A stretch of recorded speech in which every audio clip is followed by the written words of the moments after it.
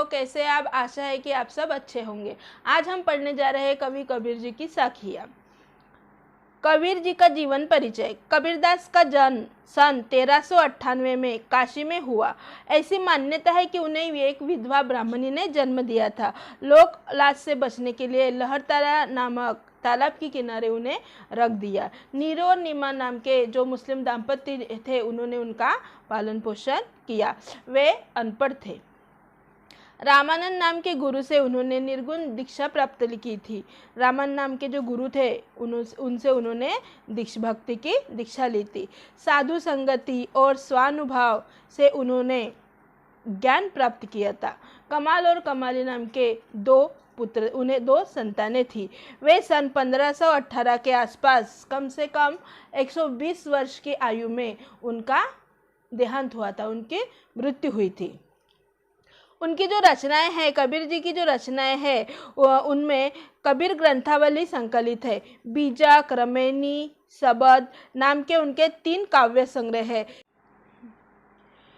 धर्म ग्रंथ, सिख धर्म के गुरु ग्रंथ साहब में उनकी वाणी को स्थान मिला है। उनकी साहित्यिक विशेषता इस प्रकार है। कबीर मूलतः संत थे, मूलतः वो संत थे। उन्होंने निराकार ईश्वर के प्रति अपनी भक्ति प्रकट की थी। उनका विश्वास था कि सच्चे प्रेम और ज्ञान से ईश्वर मिल सकते हैं। उनका यह विश्वास था, दृढ़ विश्वास था कि सच्ची लगन और प्रेम से और ज्ञान से ईश्वर मिल सकते हैं। उनके लिए नाम स्मरण और गुरु शरण दोनों आवश्यक है। उनके लिए क्या थे? नाम स्मरण और गुरु शरण दोनों आवश्यक है। उन्होंने गुरु को ईश्वर से भी ऊंचा स्थान दिया है। गुरु को उन्होंने ईश्वर से भी ऊंचा स्थान दिया है। उन्होंने नारी और माया दोनों का प्रबल विरोध किया है। किनका विरोध किया है? नारी और माया। ये दोनों साधक को अपने पद से हटाते हैं, अपने जो भी अब कार्य करने जाते हैं उस पद से हटाते हैं। कबीर प्रचंड विद्रोही थे। वे कभी पाखंडी, धूर्त या भेषधारी को देखकर क्रोध से भड़क उठते थे। उन्हें पाखंडी, भेषधारी जैसे दिखते थे, धूर्त, तो उनको क्रोध आ जाता था। उन्होंने मूर्ति पूजा, तिलक, माला आदि बाहरी पाखंडों को डटकर विरोध किया है। वे हिंदू और मुसलमान दोनों में एक ही ईश्वर का निवास मानते थे। उनका कहना है कि हिंदू और मुसलमान जो है, दोनों में एक ही ईश्वर का निवास होता है। उनकी भाषा शैली जो थी, कबीर जी की भाषा शैली, कबीर की भाषा अनमेल खिचड़ी थी। अनमेल खिचड़ी यानी अलग अलग भाषाओं का थोड़ा थोड़ा मिलाप था। उनमें राजस्थानी, पंजाबी, अरबी, फारसी, गुजराती आदि शब्दों का मिला जुला प्रयोग होता था। रमते राम होने के कारण कबीर ने इधर उधर से लोक प्रचलित शब्दों को अपनी वाणी में मिला लिया। वो रमते वाणी यानी वो घूमते रहते थे इधर उधर, इसकी वजह से लोग इधर उधर की भाषा को उन्होंने अपने वाणी में मिला लिया था। रामचंद्र शुक्ल ने उनकी भाषा को सदुक्कड़ी कहा है। किसने उनकी भाषा को सदुक्कड़ी कहा है? रामचंद्र शुक्ल, इन्होंने उनकी भाषा को सदुक्कड़ी कहा है। कबीर की भाषा कैसी भी अनपढ़ क्यों ना हो, वह हृदय के भावों को प्रकट करने में पूरी तरह समर्थ है। उनकी भाषा अनपढ़ होने के बावजूद भी हृदय के भावों को वो अच्छी तरह से प्रकट करती थी। वे जबरदस्त व्यंग्य लेखक थे। वे क्या थे? जबरदस्त, बहुत बड़े व्यंग्य लेखक थे। अब पढ़ने जा रहे हम साखियां। मानसरोवर सुभर जल, हंसा केली कराही, मुक्ता फल मुक्ता चुगे, अब उड़ी अनंत न जाही। कबीर जी कहते हैं, मानसरोवर के लबालब भरे जल में हंस क्रीड़ा कर रहे हैं। मानसरोवर का जो जल है, जो बहुत भरा हुआ है, मानसरोवर में लबालब जल, वहां पे हंस क्रीड़ा कर रहे हैं। वे मुक्त भाव से सरोवर में मोती चुग रहे हैं। वह मुक्त भाव से, मनसोक्त भाव से सरोवर में मोती चुग रहे हैं। उन्हें जल क्रिया करने में इतना आनंद आ रहा है, उन्हें हंसों को जल क्रीड़ा करने में इतना आनंद आ रहा है कि वे यहाँ से उड़कर कहीं अन्य जगह पे जाना नहीं चाहते, अन्य कहीं जाना नहीं चाहते। इसका आशय इस प्रकार है कि प्रभु भक्ति में लीन होकर परम आनंद में लीन है। आशय यह है कि प्रभु भक्त भक्ति में लीन होकर परम आनंद में लीन है। वे मुक्त होकर भी मुक्ति का आनंद ले रहे हैं। वे मुक्त होकर मुक्ति का आनंद ले रहे हैं। अब वे इसे छोड़कर अन्य कहीं जगह पे जाना नहीं चाहते। भक्त जो है भक्ति के पथ से कहीं और हटना नहीं चाहते, जाना नहीं चाहते। दूसरी साखी, प्रेमी ढूंढत मैं फिरो, प्रेमी मिले न कोई, प्रेमी को प्रेमी मिले, सब विष अमृत होय। कबीर कहते हैं भक्त किसी सच्चे प्रभु प्रेमी को खोजने निकला। भक्त जो है किसी सच्चे प्रभु प्रेमी को खोजने निकला, परंतु बहुत प्रयत्न करने पर भी वह मुझे मिल न सका। बहुत प्रयत्न करने पर भी वह मुझे न मिल सका। जब मुझे सच्चा प्रेमी मिला तो मेरे सब पाप पुण्य में बदल गए। जब सच्चा प्रेमी मिला तब मेरे सारे पाप जो है वो पुण्य में बदल गए। वासनाएं नष्ट हो गई, दुर्भावनाएं समाप्त हो गई, मन में पवित्रता रूपी अमृत का संचार हो गया। जब सच्चा प्रेमी मिला तो उनके जो पाप है वो सब पुण्य में बदल गए। उनके मन में जो वासनाएं थी, दुर्भावनाएं थी, वो सब नष्ट हो गई और उनके मन में पवित्र रूपी अमृत का संचार होने लगा। साखी नंबर 3, हस्ती चढ़िए ज्ञान को सहज दुलीचा डारी, स्वान रूप संसार है भूकंदे झकमारी। कबीर साधकों को संबोधित करते हुए कहते हैं कि हे साधकों, तुम ज्ञान रूपी हाथी पर सहज समाधि रूपी आसन बिछाकर निश्चिंता से चलते रहो। कवि का कहना है कि जो ज्ञान है, ज्ञान रूपी जो हाथी है, उस पर समाधि रूपी आसन, समाधि का आसन लगाकर बिछाकर निश्चितता से आगे बढ़ते रहो, चलते रहो। यह संसार तो कुत्ते के समान है। संसार कैसा है? कुत्ते के समान है, जो हाथी चलते देखकर व्यर्थ ही भुगता है। कुत्ता जिस प्रकार किसी भी आने जाने वाले को देखकर भौंकता है, उसी प्रकार जो हाथी को चलते देखकर कोई भी कुत्ता भौंकता रहता है। इससे तुम्हारा कुछ नहीं बिगड़ता, अपना कुछ नहीं बिगड़ता। कुत्ते भौंकते रहते हैं, अपन आगे बढ़ते रहते हैं, उससे हमारा कुछ नहीं बिगड़ता।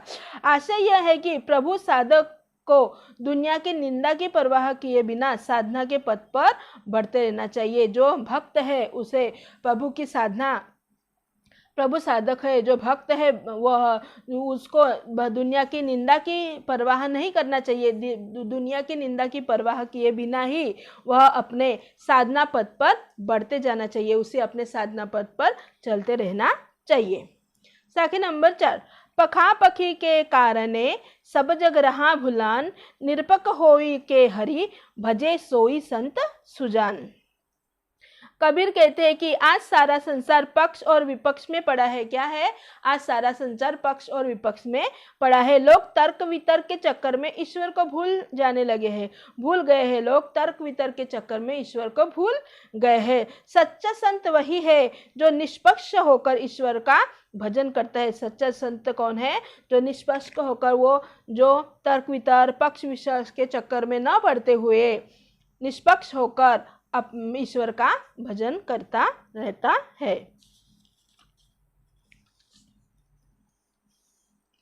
साखी नंबर 5, हिंदू मुआ राम कही, मुसलमान खुदाई, कहर कबीर सो जीवता, जो दूहू के निकटी न जाई। कबीर जी कहते हैं हिंदू राम राम करके मर गए, मुसलमान खुदा खुदा करके मर गए। कबीर जी क्या कहते हैं? हिंदू राम का नाम लेते हुए मर गए, मुसलमान है वो खुदा का नाम लेते हुए मर गए, परंतु दोनों ही ईश्वर को नहीं पा सके, दोनों को ही ईश्वर की प्राप्ति नहीं हुई। वे आपसे भेदभाव में पड़कर कट्टर दुश्मन हो गए। आपसे भेदभाव में पड़कर वह कट्टर हो गए, एक दूसरे के प्रति उनके मन में दुश्मनता की भावना निर्माण हो गई। कबीर कहते हैं वास्तव में वही व्यक्ति जीवित कहलाने के लायक है, वही व्यक्ति जीवित कहलाने के लायक है जो हिंदू मुसलमान और राम खुदा दोनों से दूर है। हिंदू मुसलमान और राम खुदा इन दोनों ही से दूर है, वही व्यक्ति जीवित कहलाने के लायक है। इसका आशय यह है कि भगवान राम और खुदा दोनों से भी अलग है। भगवान जो है राम और खुदा दोनों से भी अलग है, क्योंकि मानवता हिंदू और मुसलमान के भेदों से ऊपर है। मानवता जो है वो हिंदू और मुसलमान के भेदों से ऊपर है। साखी नंबर 6, काबा फिरी काशी भया, रामई भया रहीम, मोट चून मैदा भया, बैठी कबीरा जीम। कबीर जी कहते हैं जब मैं हिंदू और मुसलमान के भेदभाव से ऊपर उठकर निष्पक्ष हो गया तो मेरे लिए मुसलमानों का पवित्र तीर्थ काबा काशी के समान हो गया, वह काशी के समान पवित्र हो गया। वही राम का नाम रहीम के समान पवित्र हो गया। जैसे मुसलमानों का तीर्थ काबा काशी के समान पवित्र हो गया, उसी प्रकार राम का नाम रहीम के समान पवित्र हो गया। जैसे मैं मोटा आटा समझकर अखाद्य समझता था, जैसे मैं मोटा आटा को अखाद्य यानी खाने लायक चीज नहीं समझता था, वही मेरे लिए बारीक मैदा बन गया।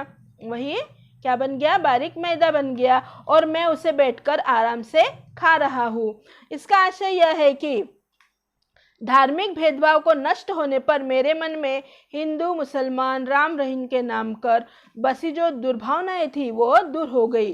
क्या हो गई? धार्मिक भेदभाव से नष्ट होने के बाद अपने मन में जो धार्मिक भेदभाव होते हैं उनको नष्ट होने के बाद मन में हिंदू मुसलमान और राम रहीम ये जो नाम पर बसी जो दुर्भावनाएं हैं, जो अपनी जो ये है दुर्भावनाएं वो दूर हो गई है।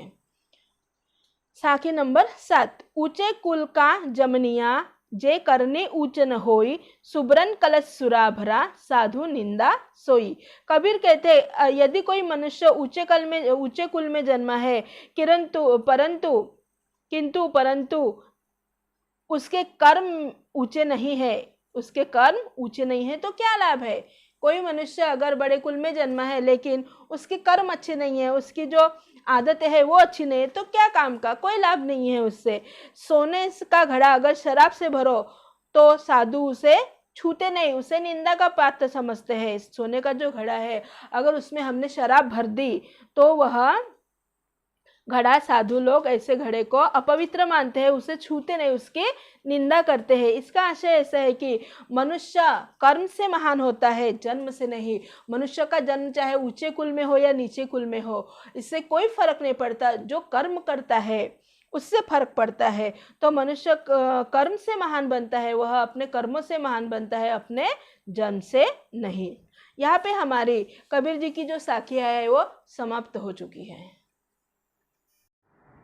अभी हम कबीर जी की सबद पद पढ़ने जा रहे हैं। मोखो कहाँ ढूंढे बंदे, मैं तो तेरे पास में, नामे देवल नामे मस्जिद ना काबे कैलाश में, ना तो कौने क्रिया कर्म में, नहीं योग बैराग में, खोजी होए तो तुरते मिलो है पल भर की तलाश में। कहे कबीर सुनो भाई साधो, सब श्वासों की श्वास में। कबीर जो कहते हैं इसमें स्वयं को निराकार ब्रह्म मनुष्य से संबंधित करते हुए कहते हैं सभी कबीर जी, स्वयं को ब्रह्म मनुष्य को संबंधित करते हुए कहा है उन्होंने, हे मनुष्य तू मुझे अपने से बाहर कहाँ ढूंढ रहा है? मनुष्य तू मुझे अपने से बाहर कहाँ ढूंढता भटक रहा है? मैं तो तेरे बहुत ही नज़दीक हूँ, ना ही मैं मंदिर में हूँ, ना ही मस्जिद में हूँ, ना ही मुसलमानों के तीर्थ काबा में निवास करता हूँ, ना ही हिंदुओं के कैलाश पर हूँ। अंततः इन जगहों पर मुझे क्यों खोज रहा है? तुम्हारा भटकना व्यर्थ है, इन सारी जगह पे मैं नहीं हूँ। तुम जो मुझे मंदिर मस्जिद में ढूंढ रहे हो ये सब बेकार है। ये सब तुम्हारा ढूंढना भटकना, तुम्हारा ये जो तुम भटक रहे हो ये सब व्यर्थ है। ना तो मैं किसी विशेष क्रिया के करने से मिलता हूँ, ना ही किसी कर्मकांड से, ना ही योग साधना करने से मिलता हूँ, ना ही संसार छोड़ के सन्यासी बनने से मिलता हूँ। ये सब ऊपरी दिखावे हैं, मैं तो सब जगह व्याप्त हूँ। यदि सच्चा खोजने वाला भक्त हो, यदि भक्त सच्चा हो, जिसके मन में मुझे पाने की सच्ची ललक हो, तो मैं तुरंत ही उसे अपना दर्शन दे देता हूँ। कबीर कहते हैं कि यदि सच्चे मन से जो मुझे खोजता है, जिसके मन में मुझे पाने की सच्ची ललक होती है, वो जो सच्चा भक्त होता है, मैं उसे तुरंत अपने दर्शन दे देता हूँ। मुझे पाने के लिए पल भर की सच्ची लगन ही काफ़ी है। भगवान को पाने के लिए जो है पल भर की सच्ची लगन ही काफ़ी है। कबीरदास अपने भक्तों को संबोधित करते हुए कहते हैं कि सुनो भाई संतो, वह परमात्मा सब प्राणियों में विद्यमान है। परमात्मा जो है, भगवान जो है, वो सब प्राणियों में विद्यमान है, सब प्राणियों में उनका निवास होता है। जैसे सांस तुम्हारे भीतर है, जैसे सांस अपने भीतर होती है, वैसे ही परमात्मा भी तुम्हारे भीतर निवास करता है। जैसे सांस अपने भीतर निवास करती है, वैसे ही परमात्मा भी अपने भीतर निवास करता है। वही प्राण बनकर तुम्हारे भीतर समाया हुआ है। भगवान जो है वही प्राण बनकर अपने भीतर समाये हुए हैं। अंततः उसे खोजना है तो अपने मन में खोजो, बाहर नहीं। अपने मन में खोजो, उसे बाहर नहीं। शब्द पद नंबर 2 यानी 2। संतो भाई आई ज्ञान की आंधी रे, भ्रम की टाटी सबे उड़ानी, माया रहे न बांधी। हिति चित्त की द्वैथुनी गिरानी, मोह बलिंडा टूटा। तृष्णा छानी परी घर ऊपरी, कुबदी का भांडा फूटा। जोग जुगती करी संतो बांधी, निर्चु चुवे न पानी। कूट कपट काया का निकस्या, हरि की गति कब जागी। आंधी पीछे जो जल बुठा, प्रेम हरि मन जन भिना। कहा कबीर भान के प्रगटे, उदित भया तम खिना। इसका भावार्थ ऐसा है कि कबीर कहते हैं कि हे संत भाइयों, ज्ञान की आंधी आ गई है। इसके आते ही भ्रम की टाटी तड़क गई है, टाटी पूरी तरह उड़ गई है। कबीर कहते हैं कि जब ज्ञान की आंधी आती है तब भ्रम की जो टाटी है वो तड़क जाती है, उड़ जाती है। माया रूपी रस्सी से बांधकर न रख सकी, जो माया होती है उस रस्सी से बांधकर भी नहीं रह सकी। स्वार्थ और धन का चिंतन करने वालों के मन में 2 स्तंभ गिर पड़े हैं। स्वास्थ्य और धन का जो चिंतन करते हैं उनके मन में 2 स्तंभ गिर पड़े हैं। मोह रूपी बल्लियां टूट गई है, मोह की जो बल्लियां है वो टूट गई है। तृष्णा रूपी जो छप्पर है वो धरती पर आ गिरी है, तृष्णा रूपी जो छप्पर है वो धरती पर आ गिरी है। कुबुद्धि रूपी जो बर्तन है, जो अपने मन में अपने दिमाग में कुबुद्धि चलती रहती है, ये ऐसा वो वैसा, ऐसे बहुत से लोग करते रहते हैं। वो जो कुबुद्धि रूपी जो बर्तन है वो टूट फूट गए हैं। कुबुद्धि का भेद खुल गया है, कुबुद्धि का जो भेद है वो खुल गया है। अब संतों को योग साधना की युक्तियों से नए छप्पर का निर्माण किया। अब संतों ने क्या किया? योग और साधना की युक्तियों से नए छप्पर का निर्माण किया। यह निर्माण ऐसा मजबूत है कि उसमें पानी की एक बूंद भी नहीं टपक सकती। ये जो निर्माण अभी किया है नया योग और साधना से, वो इतना मजबूत है कि उससे पानी की एक बूंद भी नहीं टपक सकती। इस प्रकार जब संतों ने हरि के रहस्य को जान लिया, तो शरीर में बसा हुआ कूट कपट पूरी तरह निकलकर बाहर हो गया। शरीर में बसा हुआ जो कूट कपट है, जो अपनी गलत भावनाएं है, वो सब निकलकर बाहर आ गई। इस ज्ञान की आंधी के पश्चात भक्ति रूपी जल की जो वर्षा हुई, ये जो ज्ञान की आंधी है, ये जाने के बाद में जो भक्ति रूपी जल की वर्षा हुई, जिसके प्रेम में हरि के सब भक्त भीग गए। भक्ति रूपी वर्षा के जल में हरि के सब भक्त, प्रेम में हरि के सब भक्त भीग गए। कबीर कहते हैं कि इस प्रकार ज्ञान रूपी सूर्य के प्रकट होने पर जो भी अंधकार शेष था, जो भी अंधकार बाकी था, वह भी समाप्त हो गया। वह भी जो अंधकार था वो पूरा समाप्त हो गया। यहाँ पे अपने कबीर जी की साखिया और शब्द दोनों ही समाप्त हो चुके हैं। बच्चों, अगर इसके बारे में आपको कोई प्रॉब्लम्स हो तो आप मुझे कमेंट्स द्वारा पूछ सकते हैं। नमस्कार।